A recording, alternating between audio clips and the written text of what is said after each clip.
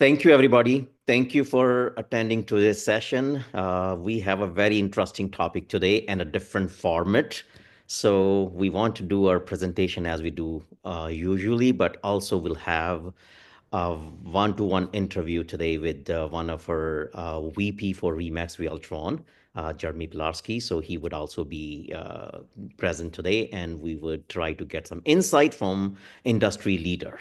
Right. So without further ado, let me start my session. Let me do our presentation first, and then we'll have Jeremy's insight, and then we'll do our regular Q&A session.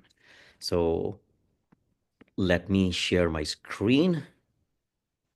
So good morning, everybody. Today's topic is now the Goldilocks movement for buyers. We'll discuss that, right? So as usual, first I'll do quickly my PowerPoint presentation, and then we'll have our expert panel. Kishore is here, Bhavin, Amit, Prerna, Rajat, they are all mortgage brokers here. Sandeep Chopra and Chris are real estate lawyers. Prasunji is here as a estate planner. Mohit and Bani Kahai, they are financial advisors. Bani is also insurance broker. Deepak and Mustafa ji will be accountants. So that's the panel. And as usual, we try our best to get all the information from reliable sources, but again, we cannot guarantee its accuracy. So please take professional advice before taking any action. Thank you. And now today's agenda. As I said, first we'll quickly review our March 2025 market report, which just came out couple of days back. And then we'll also discuss a very interesting topic, pandemic parallels. What's happening right now, why it's something similar, whatever happened during pandemic. And then we'll discuss the topic, is now the Goldilocks moment for buyers, followed by our interview with Jeremy Pillarski, which is VP of Remax Realtron. And then we'll have a Q&A session.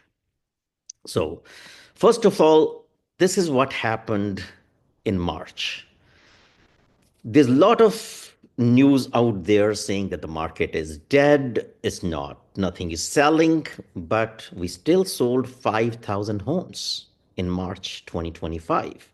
Yes, it's 23% less than March of 2024, where we sold about 6,500 homes. We still sold 5,000 homes, and we sold more than February, right? So it's just a comparison, it's a mindset. People are, yes, waiting before they take action, but still action is happening. You have to do things right. Things have to work out right before you can sell your home, right? And for buyers, probably this is the best opportunity. We'll discuss that later on, right? So if we look into a number of sales, yes, this dark green line, which is sitting right at the bottom, is the lowest number of sales for month of March since 1990s, right?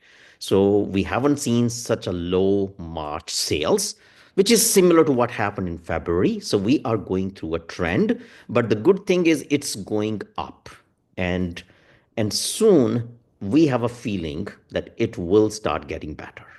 Why? We'll discuss that later, right? Now look into the months of supply. We are last year, March, suddenly there was no inventory because people were not ready to sell. We only had less than 2 months of inventory. Right now, we have 4.68 months of inventory, which is very good months of inventory for buyers, right? As I have discussed many times, between 3 to 4 months, it's a balanced market. Less than 3 months, it's a seller's market. More than 4 months, it becomes sorts of a buyer's market. So we are in a buyer's market segment, right? So, which is a good thing for buyers, right? And if we look into, this is the months of inventory, or this is the number of homes available to sell. In March, we have more than 23,000 homes to sell at the end of March. And we sold about 5,000 out of those, right? So very good inventory. It's a good news for buyers, right? Now, average sale price, it's down 2.5%. Is it too much down? Is it really down? 2.5% is within the scope of error as well, because it's not the same house is down 2.5%. It's always average, right? So we are still sitting almost at the top of the average sale price. If you look into here, this dark green line is right in the middle of, or in the mix of whatever March average sale price is. If we don't look into this light green line, which is 2022, which was early part of 2022, which was anomaly, right? We cannot, we all know what happened at that moment of time. If we take that out, we are still sitting almost at the highest average sale price since started recording it, right? Since ever, you can say that.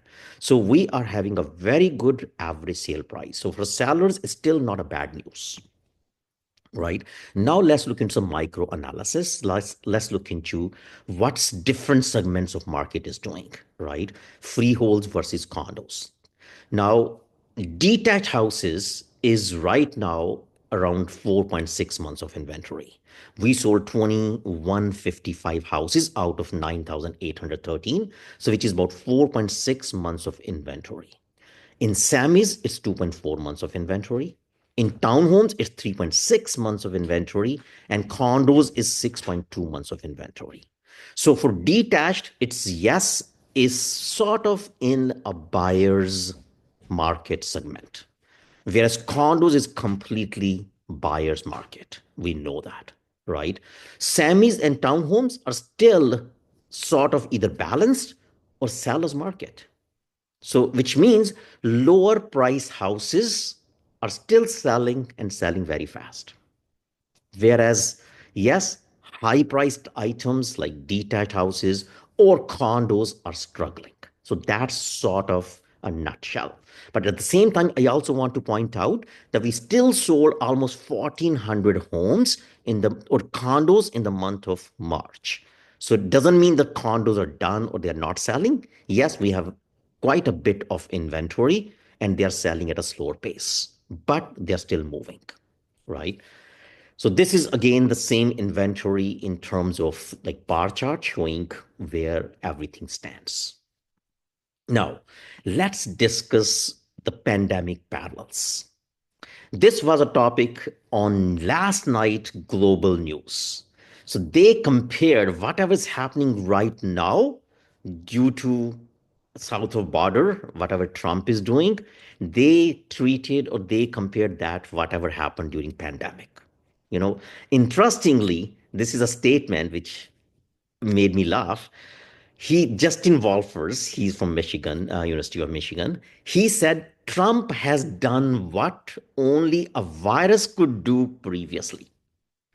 So whatever virus caused sort of uncertainty in the market or market to crash in early 2020, Trump has the similar impact right now, which means we have seen this movie before. We have seen how it panned out last time. So we should not be worried or too much worried. Even Jerome Powell, which is US Federal Reserve Chair, he also say that right now US is going into sort of a recessionary segment. So there is a fear of recession in US as well. This is uncertainty index. And if you look into this uncertainty index, during 2020, it went up drastically, right? During early pandemic. And same thing is happening now because there's a lot of uncertainty. Yeah. And due to which, as you know, market is plunging. So whatever is happening, China is now hitting back to US with 34% tariffs as well. Due to whatever is happening, we have seen a huge turmoil right now in the stock market. Yesterday, the stock market went down between 4 to 5%. In the last 2 days, we went down almost 8, 9% in only 2 days, right? Since inauguration day, US stock market has lost $9.6 trillion. It's huge, right? So this is something similar to what happened during pandemic. So which means we shouldn't be worried. We have seen this movie before. It's a time, and with time it will change, right? Now let's concentrate on a real estate market and let's see why we want to say that this is the Goldilocks moment for buyers. This is not something I am saying. because if when we say something that this is a good time for buyers to buy, normally people always feel being a realtor, I'm trying to sell, right? But this is an article, news article called about that, which Andrew Chang does it on CBC News. This is all information taken from that CBC News article about that. So he's, as per him, now this green line, if you follow this, this is green line is the average number of homes sold over the years, right?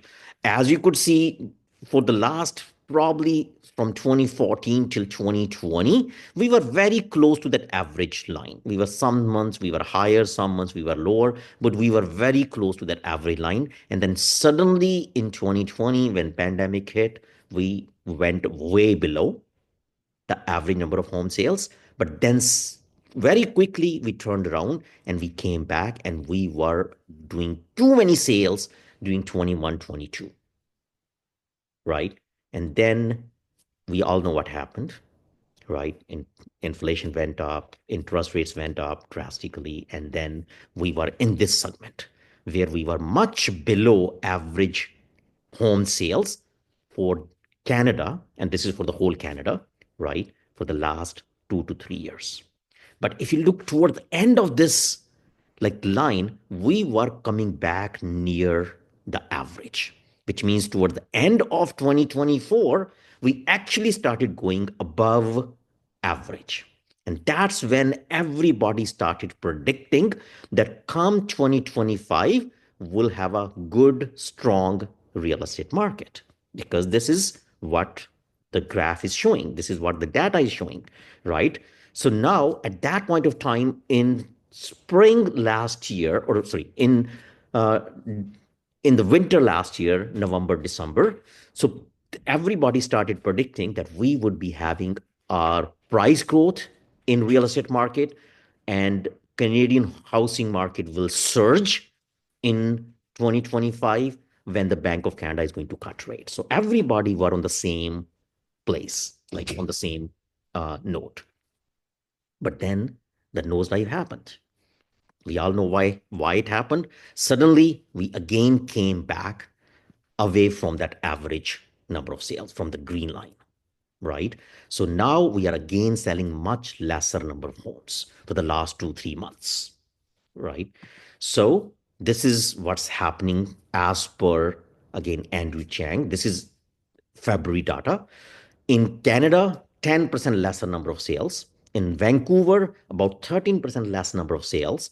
Whereas in Toronto, we were 28.5% less number of sales for February of this year, right? As compared to February of last year, right? And the inventory went up. February 2024, we only had about 11,000 number of homes to sell.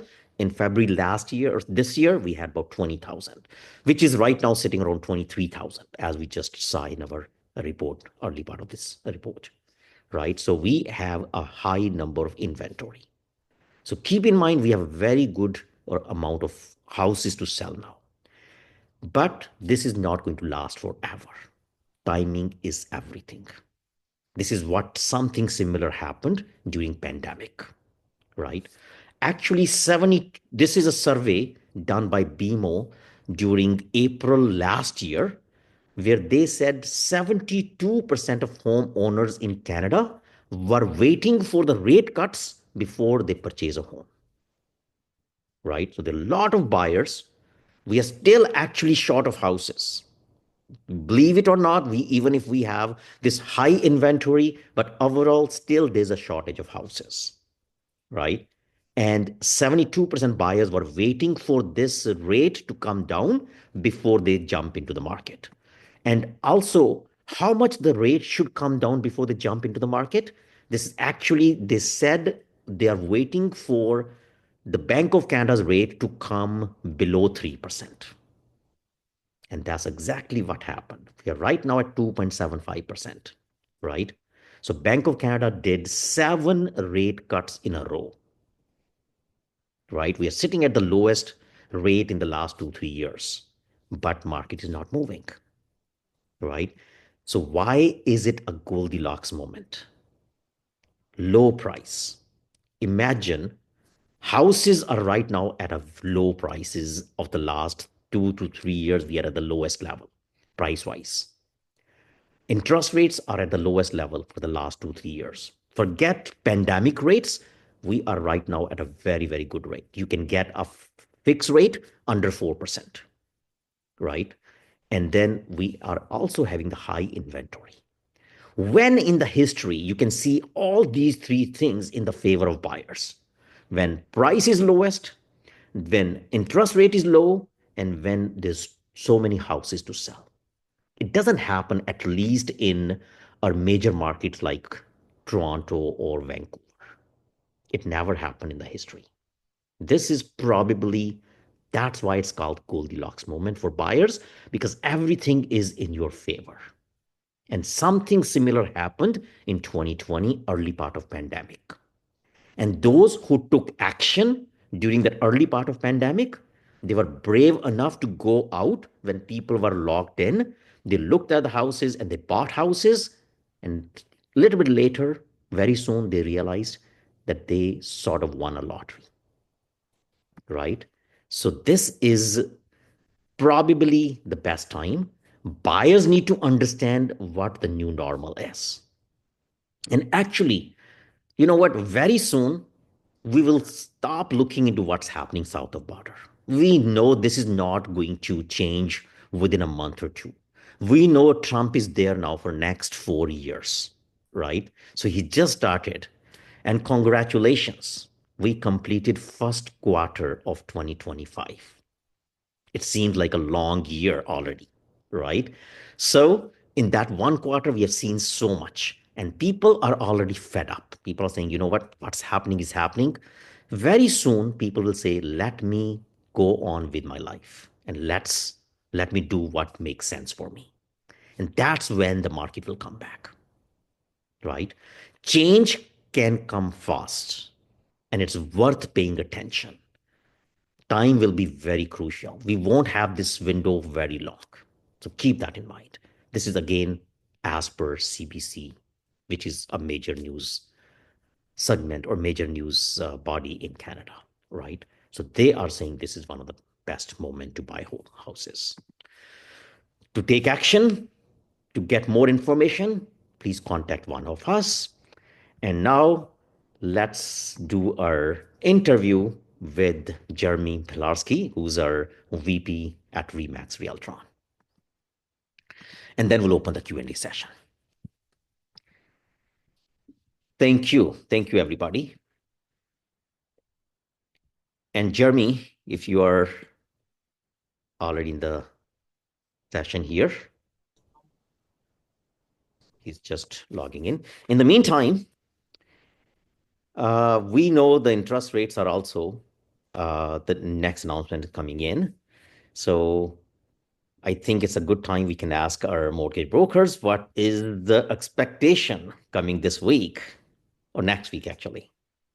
Right, next week is an announcement. Amit, let's start with you. Um, there's so much news happening. I'm thinking anywhere between 25 to 50 basis points based on the market reaction over the last couple of days. Um, they are going to talk about inflation a lot, Yep. which could be an impact where they may actually just hold to see what happens. But with the job market prediction and numbers that are coming out, and we're going to hit double digits of unemployment very quickly.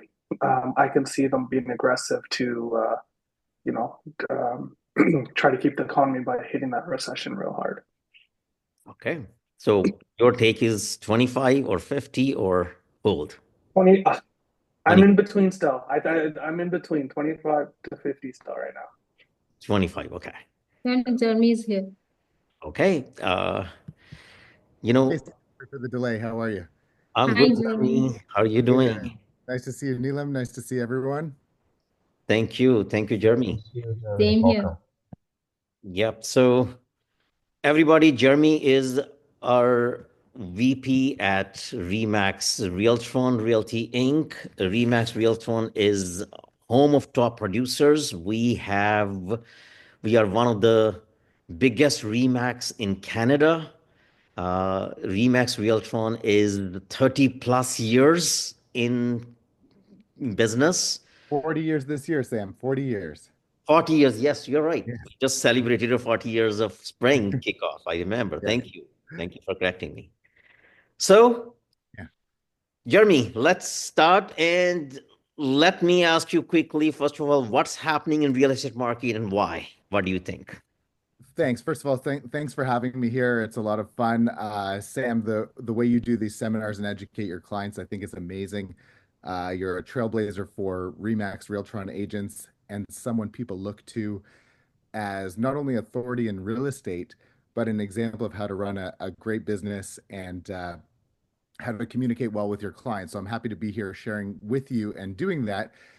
And I think right now is where all that time, in 2021, 2022, when the market was really hot, this was a nice add-on to someone's business, and it's nice if people showed up. Right now, I'm sure a lot of your clients here are wondering what the heck is happening. And to some extent, we are too, because we cannot predict the result of Donald Trump's policies or how tariffs will affect our market, except for a couple things that we know for sure.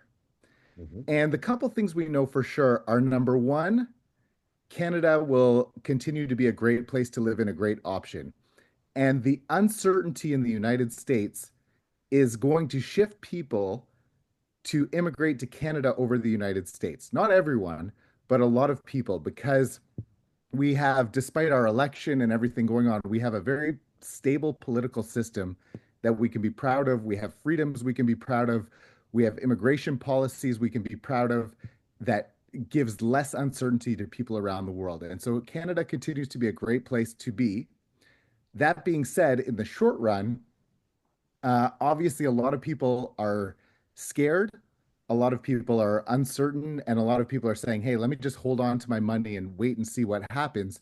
And that's slowed down our real estate market, which, you know, for it creates an opportunity. And why I laughed is who's the smartest person in the world right now? Sam, do you know who I'm thinking of?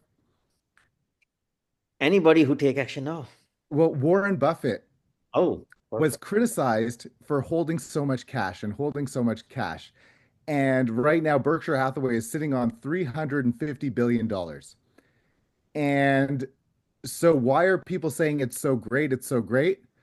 Because what's he going to do? He's going to buy all these stocks at massively discounted prices. Yeah. And so, for the real estate market here right now, while people are going through uncertainty, we said it in 2008, we said it in 2020. There have been a few times over my 22 years in real estate where we've been able to say, hey, right now is a great buying opportunity. And right now we know it's a great buying opportunity because our system has some good checks and balances in it. And so one of the checks and balances is the sale of pre-construction condos before they're built. And many of your clients, I'm sure, who are on here have benefited from that by investing in condos over time. And one of the great things about it is the market slows down construction when there's a need to. And this system wasn't always in place. In the 80s, builders would build a whole building, they would get financing for the whole building, finish the building, and then they'd sell these condos out. And they'd have a year where it took about that long to sell up the condos and use up the inventory. And that was a terrible system because builders were building with no checks on the market.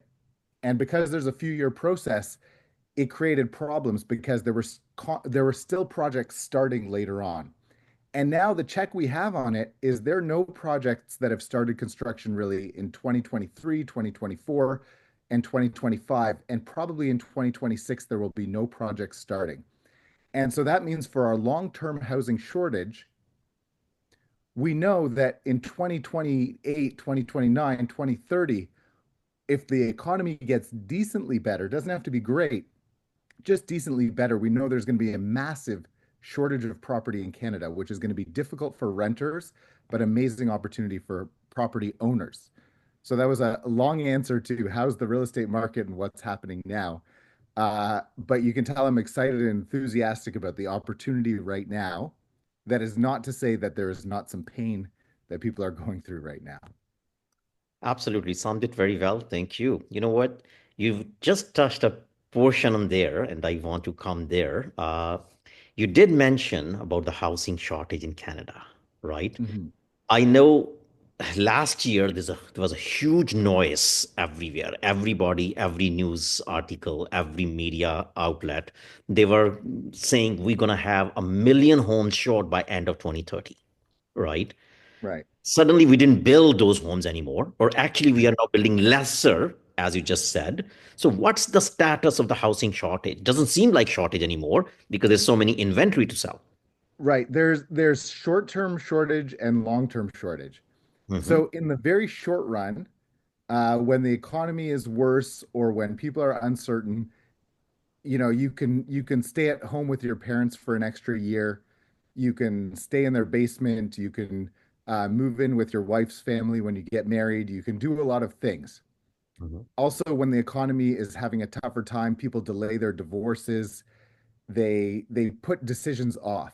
And so for the very short run, in a 1 or 2 year period, we can create supply. And so that's where we are right now, where people who are afraid are not going out and renting places and buying places, but eventually they're going to have to do it. And we call that pent up demand. So we're building up pent up demand. And so that shortage that's coming, we have very few ways around it. One of the ways around it was this vacant home tax that they put in Toronto, which in the short run actually I think did help. I think there were people who had vacant properties who rented them out. So that was a little bit of extra supply. Uh, there are more people when mortgage rates go up. What happens is people say, you know what, we've been thinking about renting the basement. You know what, why don't we just rent out the basement? And they've spent a little bit of money, or maybe they had the basement rental ready, but the kids were playing in the basement, or they just liked the extra space. And they said, you know what, let me put that rental on the market. And there have been people who said, you know what, as I said, I'm going to stay home with my parents an extra year, or we're going to move in, or the rent's expensive, we're going to move our parents in with us. In the very short run, we can fix a lot of problems and make things look like there's more supply. But ultimately, the growth of population in Canada is far outstripping that that But that housing supply that we have. And so, as I said before, and as you mentioned, we are supposed to be building. It's usually 40,000 condos in Toronto a year is the rate that we've been used to, which is still short of demand, and we're going way below that now. The closings are still happening at that rate, but the new construction in 3, 4, 5 years from now, the closings are going to be maybe in the 10,000 range, 5 to 10,000 range, and that's just not enough supply. So if your kids are looking to rent a place 6 or 7 years from now, they're going to have trouble finding a place for sure. fair enough. On the same note, I know are both parties, conservative and liberal. We don't want to be political here. They are both now trying to put a spin to the housing construction by doing the GST rebate, Right. which has been into news in the last couple of weeks, right? So, do you think that GST rebate will fix the housing shortage and some more homes will be built in the near future? Uh, it's a marginal difference. It's a marginal difference. In truth, they should take away all sales tax from new homes. That's my belief because it used to not be a thing, and they could build a lot more. The reality is, right now, if a builder buys a site, a developer buys a site, it is just not in the money to build. And so, taking away GST on the portion let's say after a rebate that I haven't done the math, but even on $1 million condo, I think it might work out. It's 5% GST, and you get a rebate of about maybe 12 on the GST portion. So I'm guessing it's about 35, 40,000. Have you done the math, Sam? Yeah, as per liberal plan, it's 5% up to $1 million. So which will Right, be, but there's already a rebate. There's already a yes, rebate on a portion. 24,000 rebate is already there. So yeah, that's HST. So I just don't know the math on the GST. But anyways, whatever it is, let's say it's $40,000. Let's say you could say $40,000. It'll help. It'll push a project that wasn't going to be built into a project that's going to be built. Maybe it'll shift a little bit, but maybe it'll slow it by 1 year. But it's not a real significant shift in demand and supply. This is not going to solve the problem. What will solve the problem is taking away development charges, fully taking away the HST, uh, being pro developer, meaning arbitrarily, everyone has the not in my backyard syndrome, and the city wants to appease the neighborhood. So when a builder says, "Hey, I want to build a 14-story building," and the city says, "You know what? We'll build 12, and you have to build a larger podium in a smaller building, so it's going to be 50, 60,000 less square feet." That ends up being an extra land component of 30 or 50 or $100,000. And now the building just doesn't make economic sense. And so they have to be more pro developer. Ironically, the government that is trying to uh, increase the housing supply, excuse me, they're the ones that are preventing more units from being created. So they have to have some guts on a political level and say, you know what? We're going to allow these buildings to be a little bit taller. We're going to allow the podiums to be a lower percentage of the building. Right now, the first 7 floors can be the full area of the building, but then you have to go wide for a tower. Sorry, narrow for a tower. And that's really cutting into the amount of units that can be created relative to what could have been created 10 years ago and making a lot of developments make less economic sense. I have two projects that I've worked on personally over the last few years to try and get approved. And we come up with a beautiful design that incorporates everything the city wants and everything they told us they wanted to have. And then they go to the next level and they say, well, actually, we'd like you to have XYZ and more so of stuff. And we have a building in Newmarket that has a heritage component. And they want us to take this building that's dilapidated from the 1960s, I think, and they want us to refurbish the building and give it a space on the property. And that costs money and makes the project not make sense. And so it really slows down the amount of construction. So the HST sounds nice and it's maybe more of a campaign promise, but the real things that they can do are open up development. Good, thank you. And what do you think need to happen in the near future for the market to rebound? Because right now we are inwards. Yes. So I thought we would be in a positive market, Sam. We talk often about the Yep. market, and I thought by now, I actually predicted that fall would be a hotter real estate market. I thought things would be great in fall, and the market did pick up. And I was looking forward to a great spring market, and January was decent, pretty good. And in February, in an unprecedented way, the sales in February, which always go up from January, were the same as January. And people were asking me, and maybe I was a few weeks slow on this. Well, what about the tariffs? What are we going to do about the tariffs? I'm like, you're worried about that? It'll just be a bit of bluster and then we'll get through it. And what I guess what I'm trying to say is underlying all the right things are there for the market to be hot. What do those include? Interest rates coming down to a very reasonable level. We're already there. Yep. Pent up demand. We're already pretty there with people needing excess homes. We're already there in the way the price ratio. You can look at a lot of condos right now in the city that if you buy them at today's price, they will cover, the rent will cover. And that's been a rare time in the last maybe 10 years that we've been able to say that. And so, with all those conditions being right, the only thing we need is a little bit of confidence. And so, I was pleasantly surprised when the Senate voted in the United States to remove the tariffs from Canada.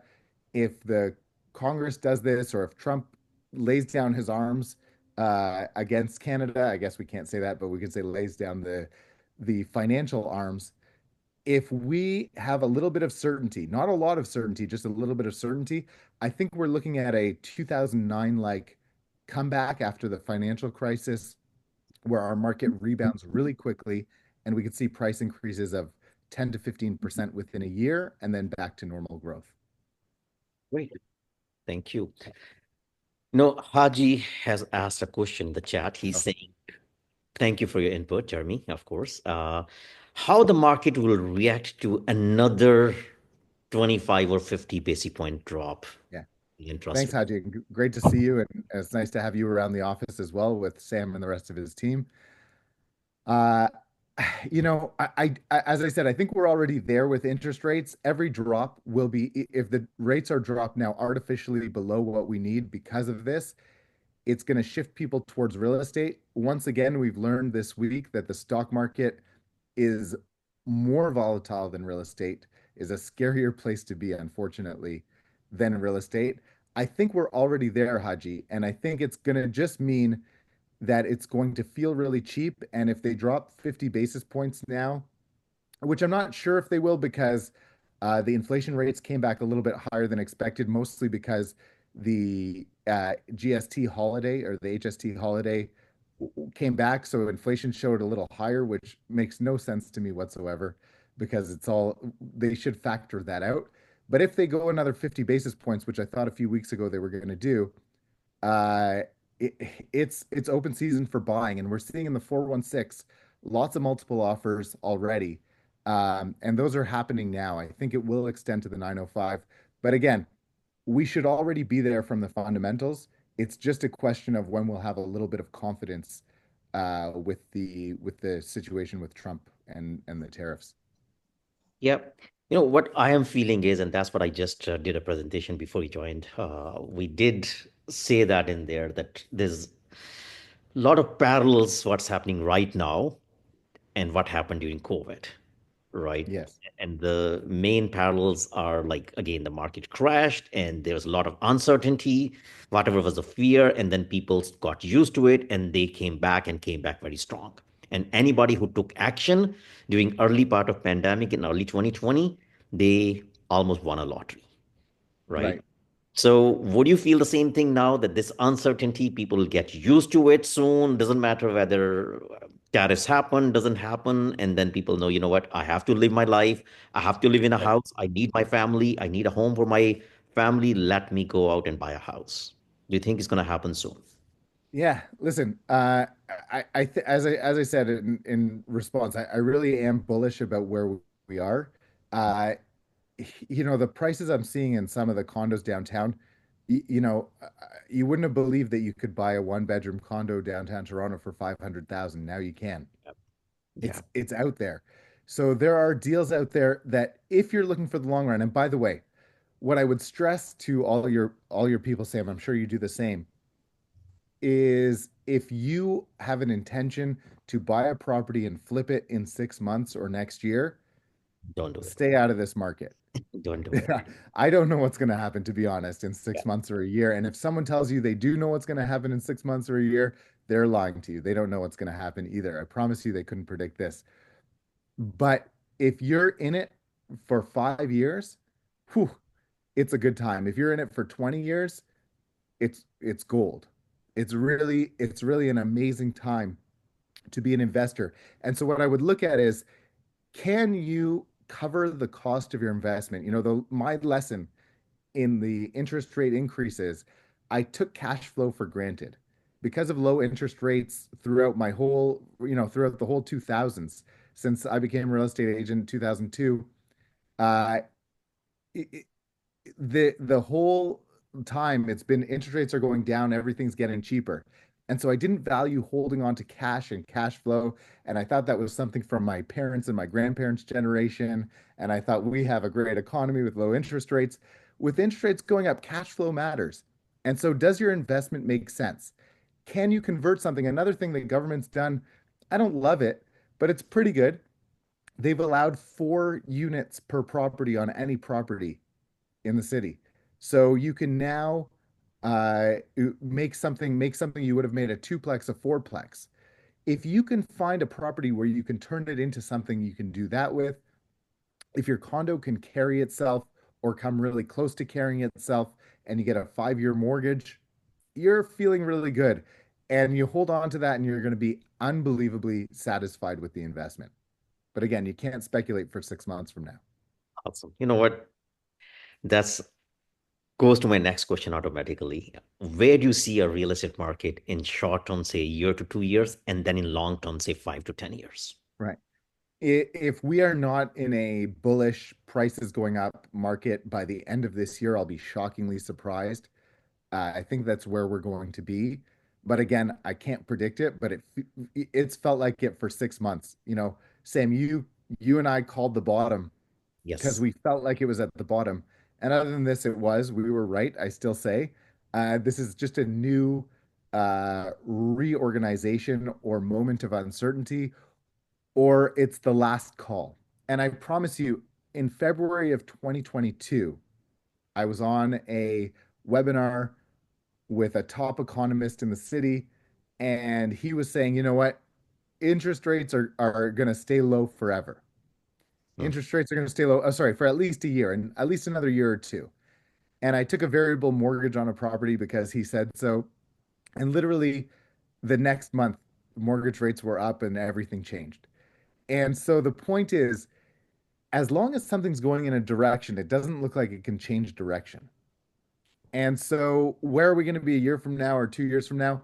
The fundamentals are so great on that side that we have to be there at some point. But if you're looking right now, it's hard to imagine all of a sudden buyers flooding the market and prices going up.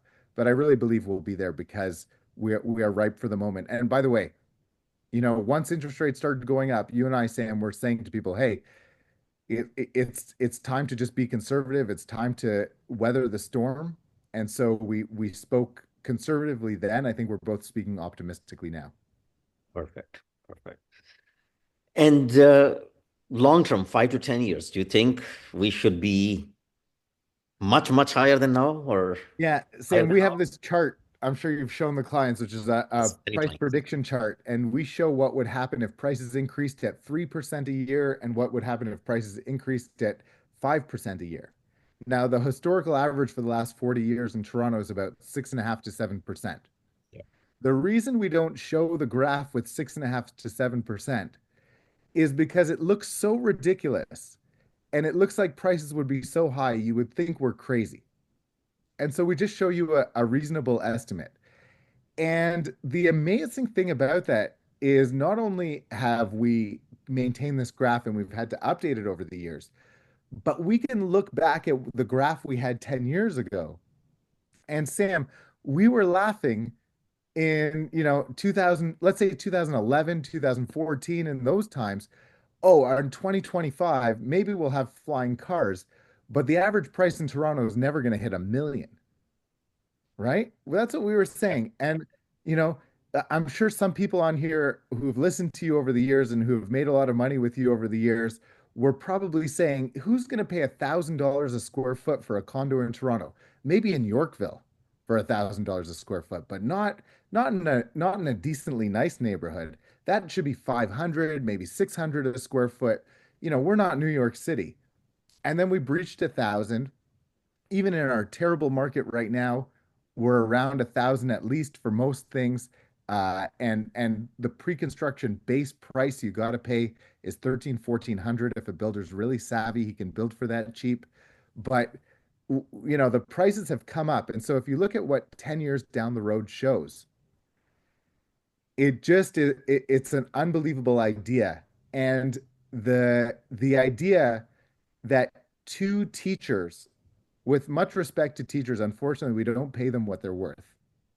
But two teachers buying a property in a great neighborhood in Toronto, and I just use that because we all sort of know the salary of a teacher, but they can't live in the best neighborhoods forever.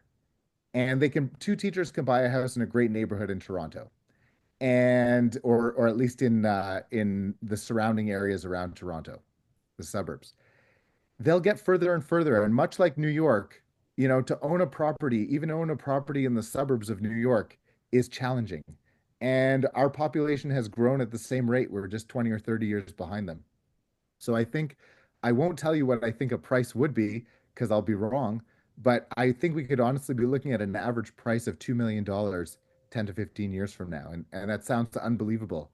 And I don't know how my kids will be able to buy property.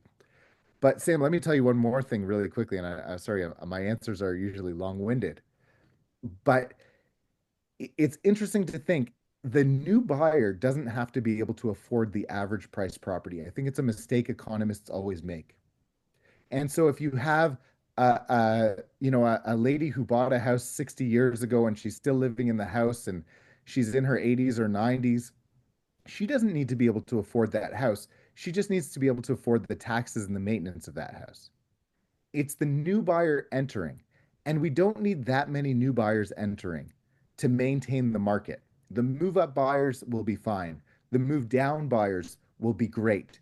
And we just need a small percentage of the buyers just to match the new construction to enter the market and have prices go up.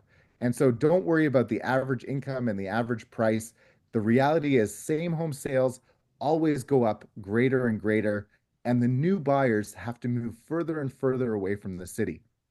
So, and by the way, move into different cities. And that's why we're seeing pockets like Innisfil and Barrie, places like Kitchener-Waterloo, Hamilton, have done really well. And they're suffering a little bit right now because people can move back to the city. But those areas in the long run will be cities in and of themselves, much like great areas in New Jersey and Connecticut and places like that. Great. And lastly, let's address the elephant in the room, our Yes. condo market. We Oh, touched yes. on that a bit, right? We have a lot of investor clients on this call, and Right. they watch our recording later on as well. So, as a real estate expert, what's your advice to all these condo investors? So I guess, the situation many people are finding themselves in, they've got a condo to close on. They've got a crunch with maybe their month to month costs of that condo and the rent and everything. Here's it's not an easy time, and I have empathy for you. As much as I'm with you and I'm excited for you in whenever you've made money on projects, I'm with you and I'm feeling your pain when it's not in a great moment. My recommendation is stick it out. Don't exit everything. And the easiest way to start doing that, it's difficult. You may have to sell something to pay for something else, and I understand that. But the easiest way to understand it is don't make a decision based on the price you agreed to pay for something.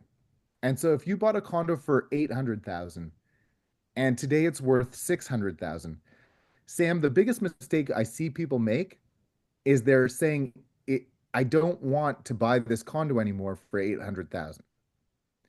And you're not making a decision on that. You're making a decision on 600,000. If the value today is 600, would you buy it for 600? And if you're a reasonably midterm to long-term investor, I think the fundamentals at that 600,000 are great, better than they were at 800. And so I think do what you need to do financially, but don't exit the market. Don't exit the market. I'm a big advocate of Tony Robbins, and Tony Robbins talks about in the stock market because he talks about the psychology of it. And he says the average return, I don't know what it was, 10, 12, 14% year over year in the stock market. But if you miss the 20 greatest days in the stock market, your return is something like 4 or 5%. And with real estate, I would talk about it in years more than days. But please, if you're an investor for the long run, if you have any ability to hold, don't miss out on the next year or two in the market. And so it might mean refinancing a little more. It might mean selling down one property to pay for two properties. It might mean finishing your basement and using that apartment because you believe in the investments and you want to hold them. Do what you need to do as long as you can. And Sam, I know you'll give people great advice on how to best finance them and take advantage of programs we have, and you have a great team of lenders. I know that. So do what you need to do to hang on to them, and don't exit the market when right now is a great opportunity. Look at it at today's price. Yesterday's price is gone. You're just buying based on today's price. And so if you have to, if you have to hold on to that property that you're at a loss right now, it will come back. I believe it will come back faster than we think. As I started this with, maybe it's a good place to end it with the shortage that is coming in the condo market in 2027 through 2030 is something we can all see happening. There's no possible way they can all of a sudden decide to build condos faster. Absolutely. It just can't happen. So hang on to it, stick with it, make a plan, find the extra income, take on a partner, do what you need to do, hold on to these investments, because if you compare today's price to where they'll be 3, 4 years from now, I think you'll be extremely pleasantly surprised. And this might be the last great opportunity there is to buy property at a time where the rent covers. And I think that is an amazing opportunity. Hope that Great, helps, Sam. great advice, Jeremy. As always, a lot of respect for Jeremy. He has a wealth of experience and knowledge, and he comes from a family which is family of realtors. So it's in your blood. I know that. Yes. Right? You know what? I'm lucky enough to, yes, my father and uncle started in real estate in Toronto in the 70s, buying properties deep in the city. And they sold too many of them too soon, unfortunately. But they did really well, and they started a real estate brokerage where we now have 1,000 top producing associates like Sam and Neelam and Haji. And I'm lucky enough now to learn from people like Sam and learn through the experiences that you all have with Sam. And so all I do is listen to all of our agents and all of our buyers and sellers. And so where a regular agent can see 100 properties in a year would be outstanding. I get to see thousands and thousands of stories a year, and so I try and just aggregate that information, give it back to Sam and Haji so they can pass it on to you and give you some more insight, so you can outstrip the market. Perfect. Thank you. You know what? Thank you, Jeremy, for your Before presence. you Thank came you. in, we were asking, we always do on our session, Jeremy. We try to predict what's going to happen in near future in the like whatever is happening. So we have been making calls for the last 2, 3 sessions on the interest rates, and we have been like bang on. And Yes. I was asking my mortgage advisors or mortgage experts on this call, what is going to be the call next week, right, from the Bank of Canada. And we already did one from Amit. He did mention we would be expecting to have a 25 points drop next week. And let me continue with that with a couple of other people. Kishore, I know you're on the call. If you can please give your input on that. I mean, one good thing is from everything that's happening, rates have really started to come down now. Yep. And sub 4% is becoming more and more common, right? So remember when we told you at the beginning, people lost 40% of their qualification limit? That number is now down to almost 15, 20%. In a couple of months, if the day the rates get to 325, because remember the stress test is +2. Pre-COVID, we were testing at 5.25. And if it comes there, then we will already be at pre-COVID qualification levels, which would open the qualification limits for so many people. Good point. What's your take on the next announcement? You know what? I'm always wrong. You are. He's the most I'll say conservative one. Stay. Again, conservative. Okay. I He's know always that's your funny. nature. You always want to under-promise, over-deliver, right? Yes. Prerna, your call.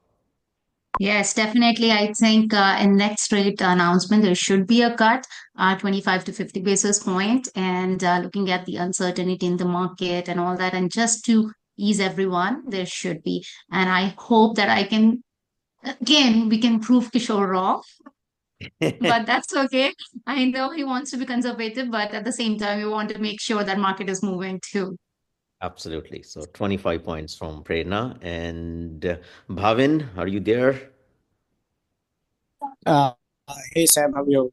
I think Good. I'll also I think based on what I've been hearing from other banks and meetings, it's quarter point is what I've heard so far. Quarter points. Okay. 25 each. 5 points. Great. So Amit said 25 points and Prerna said 25 points. Bhavin said 25 points. Kishore said stay. So I think the majority is 25 points. So let's make a call on our session today that we would have maybe another drop of 25 points next week. Let's keep our fingers crossed and let's hope this time this drop boosts the market because last previous drops actually didn't change the market much, right? But now, as Kishore was saying, interest rates are already in like below 4%, and a lot of people are getting qualified now, much better than before, right? So let's hope that will help the market to move better. So, any other question anybody has for Jeremy before we let him go and call off this session for today? So, And Jeremy, I, you here? I will echo that I thought it was going to be 50 basis points with the inflation number. I think it's going to be 25, but maybe if all the conspiracy theorists are correct and the election has an effect on the interest rates, maybe they will go down 50 basis points, but I don't think so. I think it's 25. Okay, great. So you heard from the another expert. So 25 points. So I think we are all in sync. At least 25 points coming week, which will help the market and will help lot of investors as well, right? So investors, at least that's a good thing which has happened in the last at least 6 7 months. Rates are dropping Now, continuously. I have a question. I have a question because I've been thinking about this for the last day or two. Mhm. Because some of the other conspiracy theorists are saying that the reason that Trump is doing all this is so that they can refinance all their debt and give lower bonds. And 6 months ago, 3 months ago, people were saying that the variable rate's going to come down, but the fixed rate's going to stay high. And now the fixed rates are coming down in a way that we didn't see before. And so, with the shift away from the stock market with so much uncertainty, the interest rate the government sets will affect the variable rate, but the fixed rates are really tied to the bond market. So are we expecting, I would expect based on what I'm seeing that people shift to bonds, and so the yield should go down, and so the 5-year rate should go down, maybe even faster than the variable now. What do you guys think of that? Let's ask our mortgage experts. Kishore, you want to take this? So he's perceptive correct. Like the fixed rates have come down. For example, for a CMHC deal, we can do 374 on a 5-year fix. Now look back a year ago, exactly 1 year ago today, that number was almost in the fives, Wow. Mhm. right? So it's come down quite a bit. The only fear is if this tariffs hit and inflation comes, then the bond traders will start pricing that and the yields. But for now, the yields are taking a dive, which is a good thing, and the fixed rates are coming down. Good. Amit, your take? No, it is correct. I think the one thing that we have to look at is a bank's a business. So all banks understand and they have their experts within, each lender, and they have their expectations of what's going to happen to the Bank of Canada and their BOC rates. So all the lenders are actually reducing their discount on the variable rate, which is making the fixed rates more favorable. The other thing that we also have to look at in 2020, 2021, when COVID occurred and the variable rate dropped drastically, majority of the bank's profits came from the interest rate differential fixed rate breaks because everyone shifted to the variable. The banks know that, they understand that. That's why you've also seen, now this is another topic, but you've seen TD, you've seen RBC, sorry to put RBC and TD on the spot, but they've reduced their posted rates, which actually increases the penalties. So when we look at some of these factors, the banks even think that BOC is going to drop their rates drastically. And that's why we're seeing the shift. And you'll see that the fixed rates are going to drop first, and then slowly, little by little, we'll have the BOC drop. Once it's stagnant, then you'll see the lenders start to increase their discounts again because they know we're not going to have a 1% variable rate again. And that's what they're trying to prevent.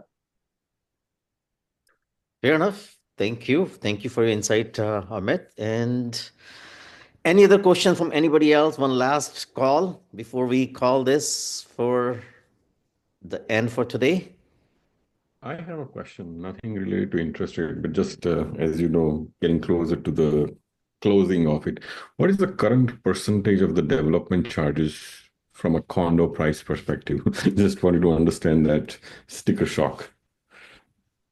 Jeremy, you want to take it? Yeah, you know what? I don't have it offhand. I don't know what the percentage would be.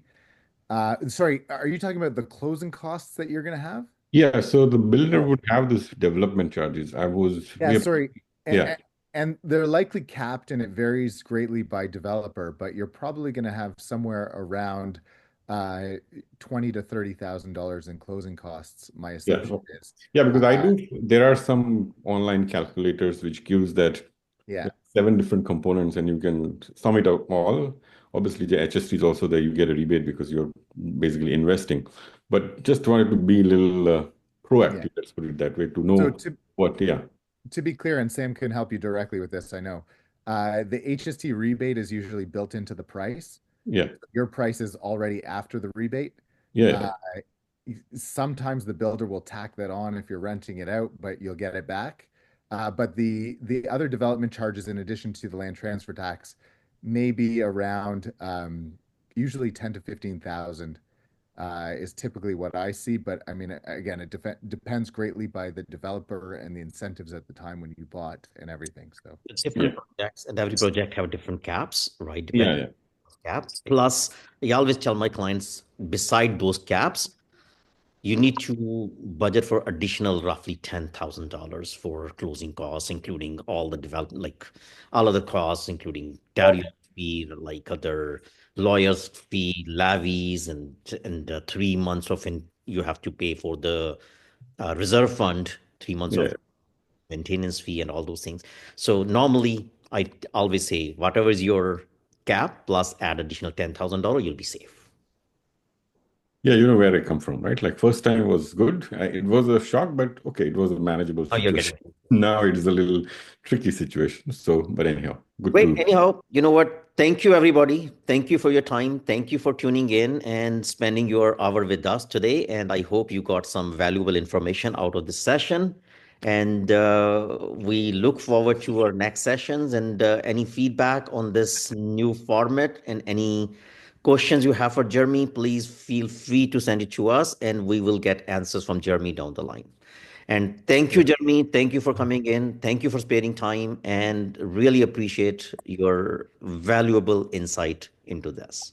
Thanks for everything you do for us at Remax Realtron and for your clients as well. Thank you. Thank you. Thank you, Thank you, guys. Thank you for everything. Have a nice weekend. Have a nice weekend, everybody.